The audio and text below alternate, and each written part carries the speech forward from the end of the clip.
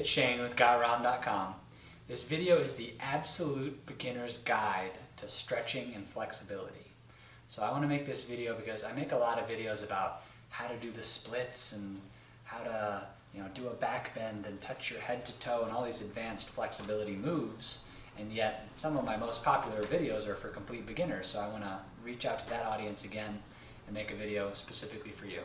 So first things first is what I want you to know about getting flexible for beginners is that it's not just about stretching. So flexibility does not equal stretching. Flexibility actually equals three things. How supple are your muscles, meaning have you done tissue work to soften them up? How flexible your muscles are, meaning have you put in the time to stretch them and make them flexible?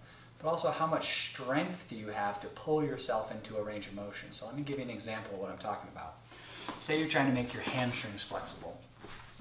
Typically people would just start cranking away on their hamstrings and trying to get them flexible. But what happens if you've got some scar tissue from an old hamstring pull, or you've lifted a lot of weights or played sports in your life and these muscles are not only short, but they're dense, they're knotted up, they're gnarled.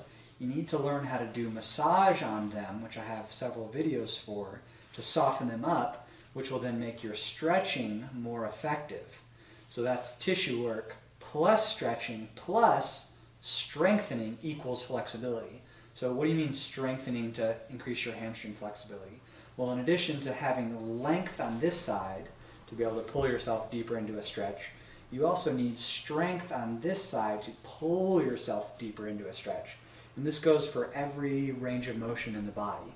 You have to have a combination of length on the side being stretched, plus strength on the side that's closing down, plus supple tissue on the side being stretched, and the other side too. So I want you to start thinking of flexibility as three things, not just stretching. So the question then comes, okay, I understand there's three things that make me flexible, not just one. How long should I stretch? Should I stretch for 30 seconds, 15 seconds? Well, actually for beginners, I like to prescribe about 2 minutes per position. 2 minutes is the minimum therapeutic dose for you, the beginner. As you become intermediate and more advanced, it'll shorten to, you can make the amount of change that you were making in 2 minutes, you can now make it in 1 minute because you are more skilled. And then when you get really advanced, you can make change very, very quickly, say in 30 seconds, 45 seconds, you can make the same amount of change that previously took you 2 minutes. So 2 minutes is the minimum dose. And then the question comes, what are the best stretches for beginners? So right now I'm going to cover what I think are my favorite stretches for the beginner. So let's cover the basics of how do you make a muscle relax, which is the essence of stretching. So the basic skill is to, I'll demonstrate with a hamstring stretch, is you pull the muscle towards its end range, which for a beginner probably is going to be more like this. But for me, it's about here, it's about my end range.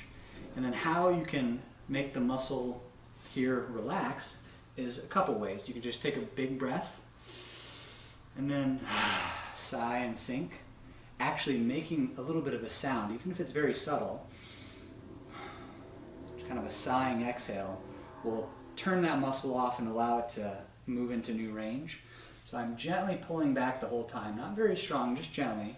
Then I take a big breath. I even visualize kind of breathing into that muscle, whether you're actually oxygenating it with oxygen, or if you're just breathing and making your nervous system relax on the exhale.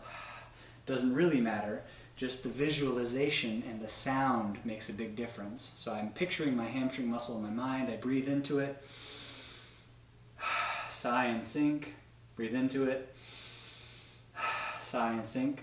The second basic technique that I like for beginners is contract, relax. So I'm going to pull my leg into my own resistance for about 5 seconds, and then all of a sudden relax it. So I'm here, pulling my leg into my own resistance. There's no change that you can visibly see, but when I relax, you can see that I have more range of motion. I'll do it again. Big breath, hold it, resist myself, tight, tight, tight, and relax.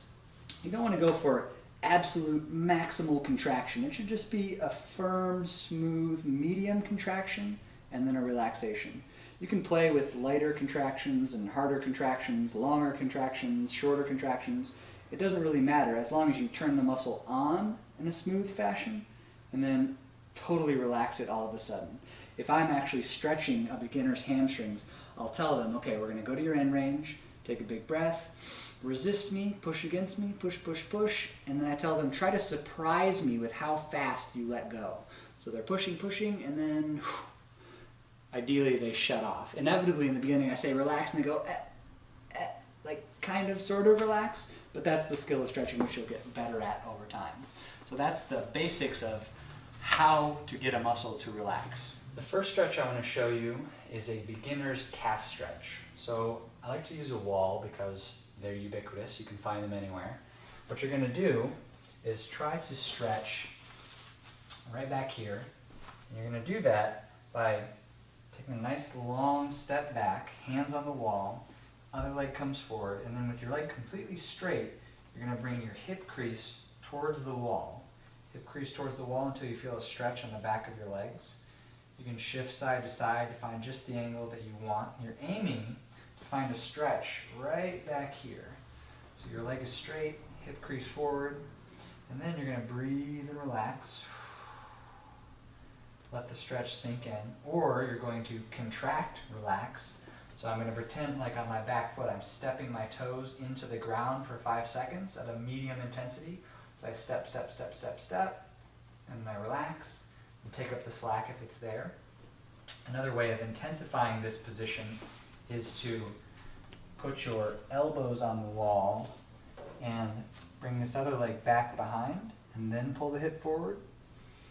Breathe and relax. Or contract, tense your toes and foot into the ground and then relax. So that is a beginner's calf stretch. The next stretch for beginners is the hamstring band or rope stretch. So what you're going to do is get, it could be anything, it could be a strap, it could be a band, it could be a towel, it could be your belt, it doesn't really matter. It just helps you to get around the bottom of your foot. Most people can't reach up and grab their foot or their ankle, so this kind of helps them stretch a little easier. You can have this leg bent if you're very tight. As you get more flexible, you can have this leg straight and this leg straight. Bent, bent will be easier. Straight, straight will be harder. So you'll progress towards both legs straight. And then what you'll do is you'll gently pull back in this direction, not down towards you, but kind of up in this direction. And then breathe. Use your techniques to make a muscle relax, breathing and relaxing, or tensing up, contracting, and then relaxing and taking up the slack. So that is the beginner's rope or strap hamstring stretch. The next stretch for beginners is the strap adductor stretch. So you did the strap hamstring stretch. Now you're simply going to turn your foot out to the side and bring it like you're trying to put your toes into your ear, so you're pulling them in this direction. You're going to take your hand and choke way, way up high on the band, not holding it down here, but way up here.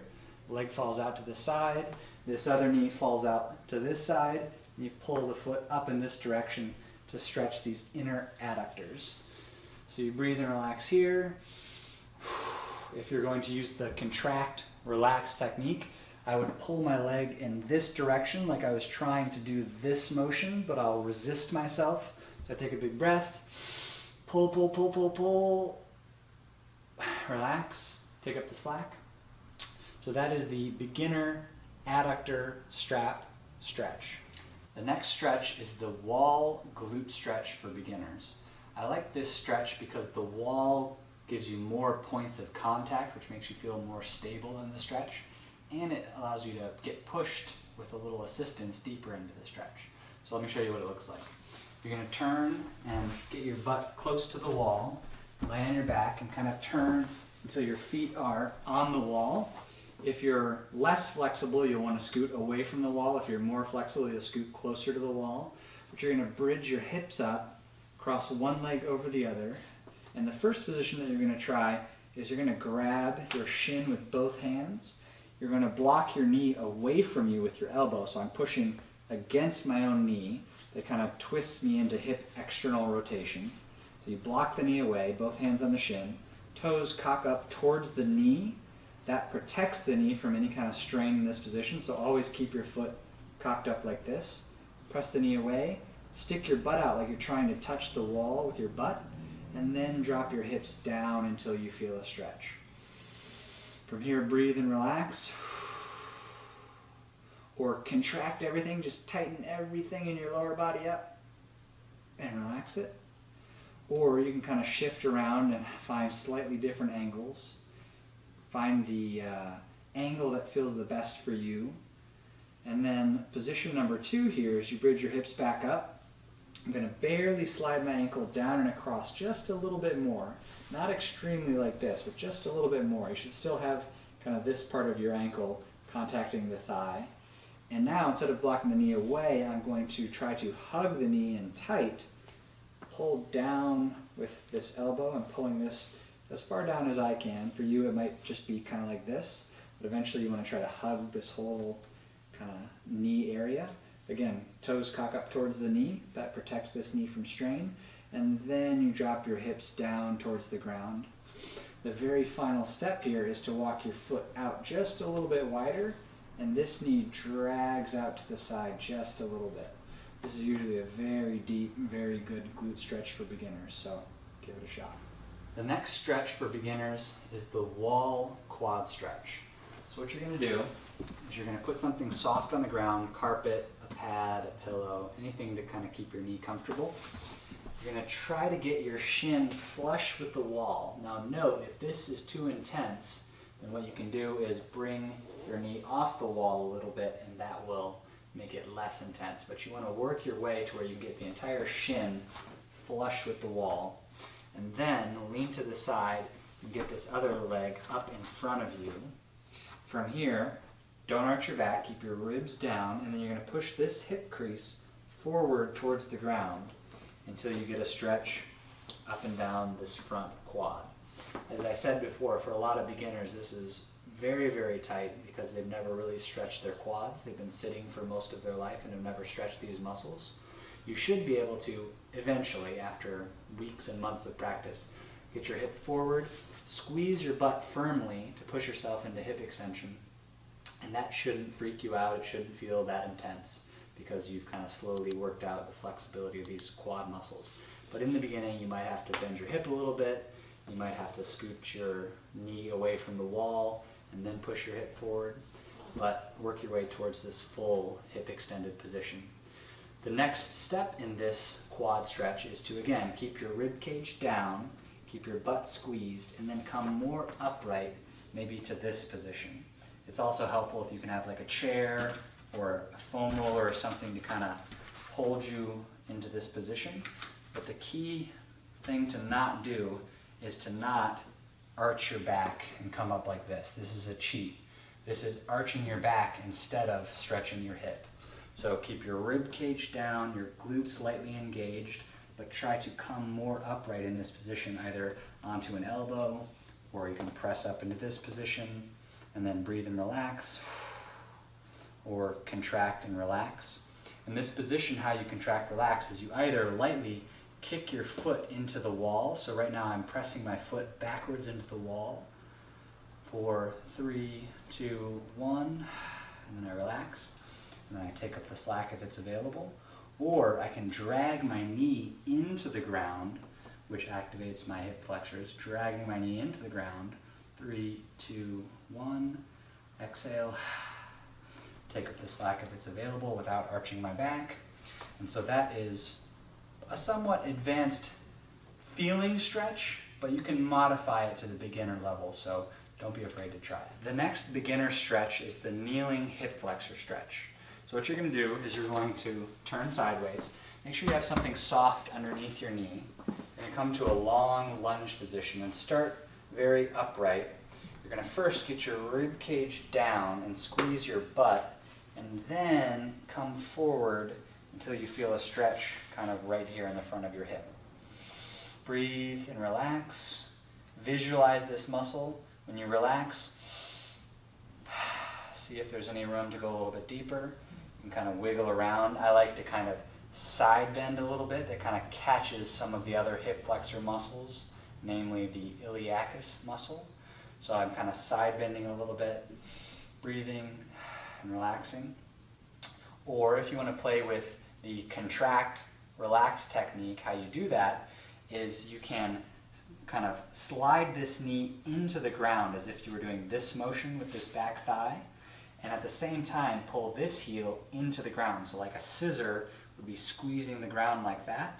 That's kind of what you're doing. So you square up, come to the end range, squeeze the ground, hold your breath. 3, 2, 1, relax. And go deeper into the stretch. Again, 3, 2, 1, relax, deeper into the stretch. Now note, what I'm not doing is I'm not going contract, relax, and arching my low back. That's a compensation. So always keep that rib cage down, butt squeezed, and then come into the hip flexor stretch. So give it a shot. The next stretch for beginners is one of my favorites. It's the upper back posture stretch for your thoracic spine.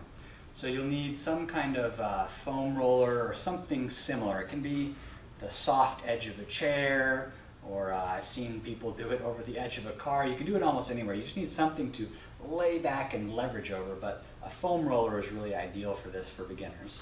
So you lay it on the ground, you put your upper back on it, not your low back, so you're not down here. You're all the way up in between your shoulder blades, and then you put your hands behind your head, you drape yourself back, and you start by just inhaling, exhaling and releasing, inhaling, exhaling and releasing. You can slightly roll up and down if it feels good. The other thing that you can do is to kind of teeter-totter, so you arch your back over the roller and then you round. It's just kind of like someone taking your spine and flexing it in both ways, bending it, arching it, bending it. So you can kind of teeter-totter back and forth, or you can just breathe and relax. If this ever gets to the point where it doesn't feel that intense anymore, any rolling or breathing and relaxing, what you can do is make this position with your hands. Try to squeeze your head with your own biceps if you have that shoulder range of motion to do so. If you don't have that shoulder range of motion, then you can reach back and grab your other arm, and that'll kind of work too. But I like this the most. So squeeze your own head. Now this added leverage of the weight of my arms makes this more intense. And then breathe and relax, wiggle around, roll. This is probably my favorite posture exercise for beginners, so get yourself a foam roller, give it a shot. The last exercise that I want to show you, which is a stretch for beginners with very tight shoulders, is the foam roller pec stretch. So you're going to lay the foam roller lengthwise, and you're going to sit on it, lay back, rest your head on it. You'll need a longer foam roller to do this. And what you'll do is you'll kind of puff your chest out, tuck your shoulder blades, and then reach out to the side until your thumbs touch the floor. From there you can kind of breathe and relax, and then shift your weight to one side, and I'm going to let this arm kind of trail behind me just a micro inch. So I'm kind of letting my arm trail behind me, and I'm looking towards that hand. And I breathe and relax. The goal is to feel some kind of a gentle pec stretch right here. There's much more intense and aggressive pec stretches, but for the beginner with the really, really tight shoulders, I like them to externally rotate, thumb down, long arm, turn and look towards the hand. Breathe and relax. Shift to the other side, look towards the hand. Breathe and relax. There's other videos that I have that are more advanced, but for the beginner, this is a great chest opener and a great posture exercise, so give it a shot. So that's it. That is my video about absolute beginner stretching and flexibility. I hope you found it valuable. Let me know in the comments which exercise you tried that you liked the best, and I will see you in the next video. Yeah, be cool, be cool.